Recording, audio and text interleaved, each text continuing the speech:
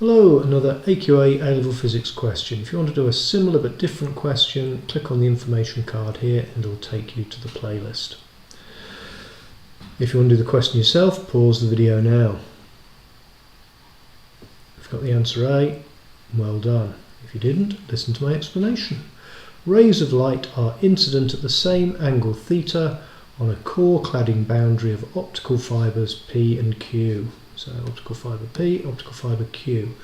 The cores of P and Q have the same refractive index, so the speed of light through both those fibres is going to be the same. P and Q have the same length.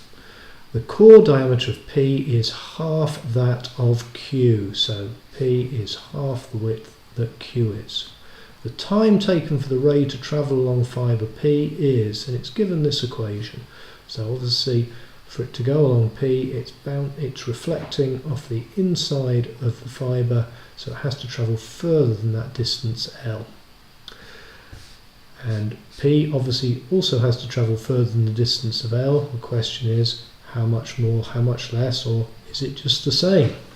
Well, we're told these angles theta are the same. Now, there's reflection going on here, so that angle of reflection is also going to be theta. Let's just have a look what's going on with light P. Now I could do really long complicated calculation working out exactly how far it has to travel along P and therefore how long it's going to take, but it's easier than that.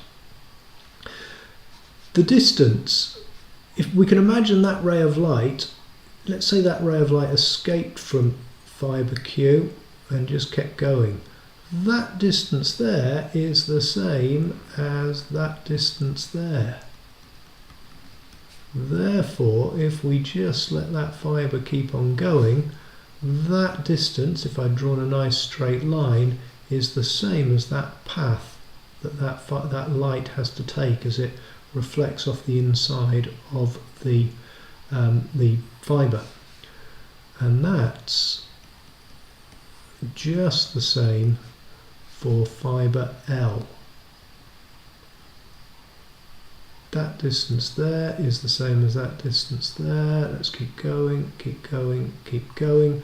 So that distance is the same as the path where it's reflecting off the inside, but notice the width hasn't made any difference to the total distance. The distance of the path through fibre P is the same as the distance of the path through fibre Q.